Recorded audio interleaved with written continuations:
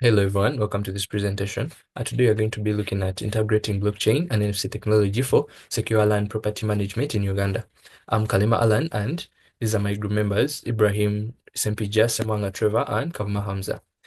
This is the table of content that of what we are going to talk about. So on the introduction, Uganda faces challenges in land ownership, including unregistered tenure systems, fraud and disputes, which are worsened by inefficient record keeping. Blockchain with its immutable ledger has improved land registry globally as seen in Ghana, enhancing transparency and reducing disputes. Supporting technologies like NFC and enable real-time title verification, while OCR digitizes physical documents to streamline data capture. This study aims to develop blockchain-based property management system for Uganda, integrating blockchain, NFC, and OCR to improve land title registry. So here are the articles where Uganda, which are showing the government initiating the title registration, and later on this happened in 2021, and later on in 2024, Daily Monitor shows us that land wrangles top the major legal problems, as they say in the report. So in the related problems, we can see that we categorize them into technology, use case, relevancy, and the references. So for the technologies we have, which is blockchain, NFC, OCR, and AI. For blockchain, we have the use case of land registry in Ghana. Here, this improved the transparency, reduced fraud and disputes through immutable ownership records. The digital ledger enables secure property management. This established a tamper-proof storage and tamper storage for property records, NFC on-site, NFC near field communication. This enabled the on-site title verification, especially in rural areas, and OCR digitizes the historical land records, and AI automated title verification integrated framework, a combination of OCR, AI, and NFC. For the objectives, land management in Uganda faces significant problem statement. Land management in Uganda faces significant inefficiencies due to lack of secure, transparent, and reliable systems for recording and verifying property ownership. So developing a blockchain-based property management system for Uganda involves significant challenges, which include secure and immutable ledger to record property data while ensuring it accommodates the updates and resolves ownership and correcting errors without compromising integrity. So integrating the technologies such as OCR to the physical, which digitize the physical records into blockchain presents technical difficulties as it requires frequent data updates with the blockchain's inherently fixed structure, and addresses these issues in creating efficient, transparent, and reliable land management system leveraging blockchain technology. So the objectives of this research involve developing a blockchain-based ledger to ensure immutability in terms of security and efficient tracking of land ownership records in Uganda, and also implementing NFC-enabled system for real-time on-site verification of land ownership, and to derive and evaluate key performance metrics of blockchain and NFC technology. So utilizing OCR for digitizing and analyzing legacy records and ensuring accuracy and digitization of the blockchain. The research contribution involved developing a blockchain-based ledger, integration of AI-powered OCR, which incorporates automated digitization of physical land documents, and utilization of NFC technology, which leverages NFC-enabled real-time verification, enhancing transparency and reliability of property management processes. Thank you. Hello, my name is Samwanga Trevor McDaniel, and I am part of this group. So I'm going to be talking about the methodologies we're actually going to use when building and how the system is actually going to work. So here on the screen right now, we have the default methodology that just shows how the data will be moving generally in all the different use cases of the system. So we have a user. The user submits. They are going to interact with the application using maybe a computer or a phone, and they are able to input this data. So this data is got, and then it is sent for validation. What validates? You have the OCR algorithm. If you have submitted documents, if you're scanning using a camera or whatever you have filled into the form data. So it is taken, it is validated, and then after it is validated, it is sent for verification to check where the surveyor does checks if everything is right and the legal system and all that. And then after that verified and validated data, it is sent to the module of the application that's actually going to be in charge of writing to the what? To the blockchain. So we get that data and we encrypt it because blockchains are available for the public and we don't want to just pass that data to the public for anyone to read. So we get the data, we encrypt it, and after encrypting that data, we put it to a smart contract, and then we use these technologies for NFC and we write that to the blockchain. So that is what is going to be happening. So for the second methodology, here we look at how a new person acquires land, how they actually add the land to the blockchain.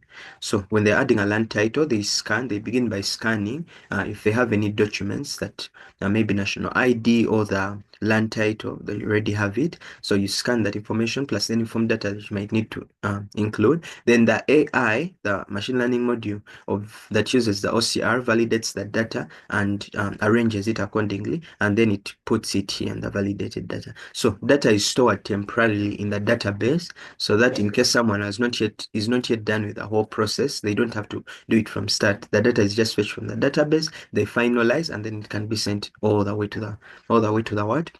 All the way to the blockchain. So when the validated data comes, it is verified by the surveyor here, and if it fails, an error message is always returned to the owner. So if it passes, it proceeds to the legal system, then the government official issues if there are any legal issues. If there are any legal issues, they are also sent. Legal issues could be that the land is already owned, the land is owned by the government, the person is not a citizen, and any other issues.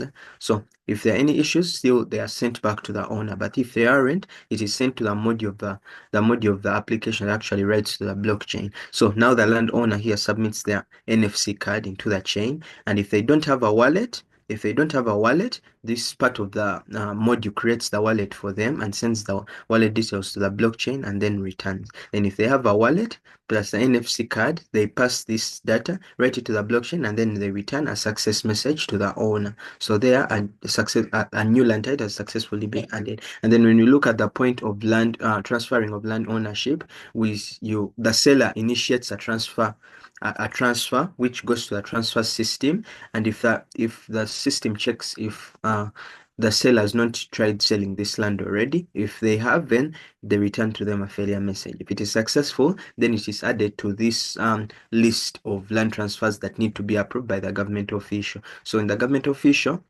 approves, these things are sent to a transfer system where the seller and the buyer NFC cards come together, plus the government officials approving credentials. And when all these three parameters are got, then we can be able to send a request to write to the blockchain to claim that to claim that that land title is being transferred to a new owner. So now in that case, when you come to the system, we check for both the wallets of these people because they submitted their NFC cards. We store the wallet addresses on the NFC cards, and then it sends a record and writes it to the blockchain indicating that this land title is being transferred to this person, and then a successful message is sent to both the buyer and the seller.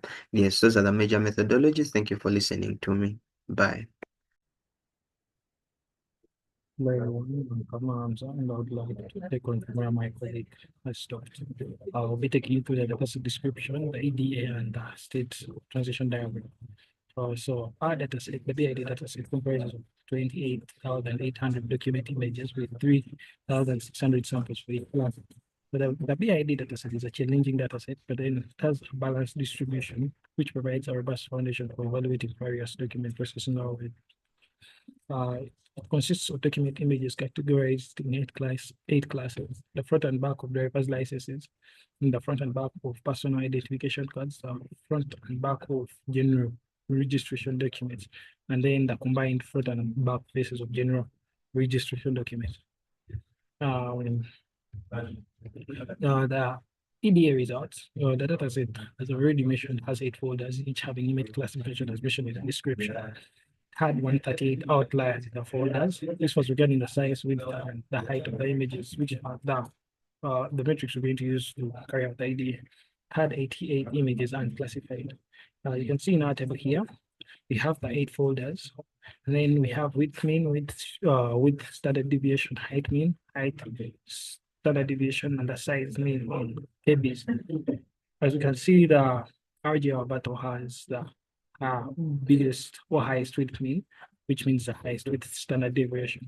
Same for the highest width, highest height mean, same as height, the highest height standard deviation. As we come here, we see that even the sizes are correlating with both the width mean and the height mean. That even here, it's RGR battle that has the highest size mean. So this histogram here shows that our images this is increasing with the highest frequency of images have low size and then goes on reducing as we continue. So the histogram shows the distribution of image sizes. Most images are under 100 kbs, very few exceeding 1 MB. And then this histogram shows the distribution of aspect ratios, whereby, as you can see, there is images uniformly distributed here at around 0.8, and then the others, the majority is the aspect ratio is distributed around 1.5. And so this is the correlation heat map of image attributes. As you can see, the correlation matrix for width and height is negative 0.15, which is not necessarily bad, while the size of, the correlation between the both width and height is a positive weak correlation, which is 0.22 and 0.28. So the expected results and discussions, this is the transition diagram for the land title upload, whereby this is just covering the upload, but then more than upload. So there is an initial submission, which can both be successful or there is failure. And when there is failure, it's put into pending, the pending automated validation. The system uses ML to validate the uploaded documents from that system. If this is successful, we have pending. We have a verification, and if this fails, we have to resubmit again. But if it's successful, then it's there is a value assessment, whereby the valuer assesses the land's value based on location, market trends, and other metrics. If there is failure here, then it goes back to surveyor verification, whereby the surveyor validates the physical land boundaries. If the value assessment is successful, we go to the register officer review, whereby the register officers conduct a final verification of documents. If there is failure of the officer review, we go back to the value assessment. And then if all this is successful, we have a final confirmation and update in the system records. And this is the final step, and all verified land title details updating the central records for accessibility. I would like to stop there and my friends will continue from there. Thank you very much. Hello. So the proposed system leverages blockchain, machine learning, and NFC to enhance transparency, security, and efficiency in Uganda's land management. By integrating immutable ledgers, smart contracts, and real-time verification, it addresses key challenges in property ownership. Some of the mitigation strategies ensure feasibility, laying the groundwork for a transformative and trustworthy land management framework. Future efforts should focus on deployment, scalability, and community adaptability to maximize the impact. So some of the limitations of this system, the proposed system, include compatibility issues in integrating blockchain, NFC, and machine learning. And the other limitation is scalability challenges, especially in the blockchain network design. And then the other limitation is integrating blockchain with NFC for real-time verification and machine learning for predictive property evaluation. Then we shall acknowledge Dr. Galiwango Marvin, who supervised the conduction of this research and guided us every step of the way. And these are some of our references that we used to generate this proposal. Thank you.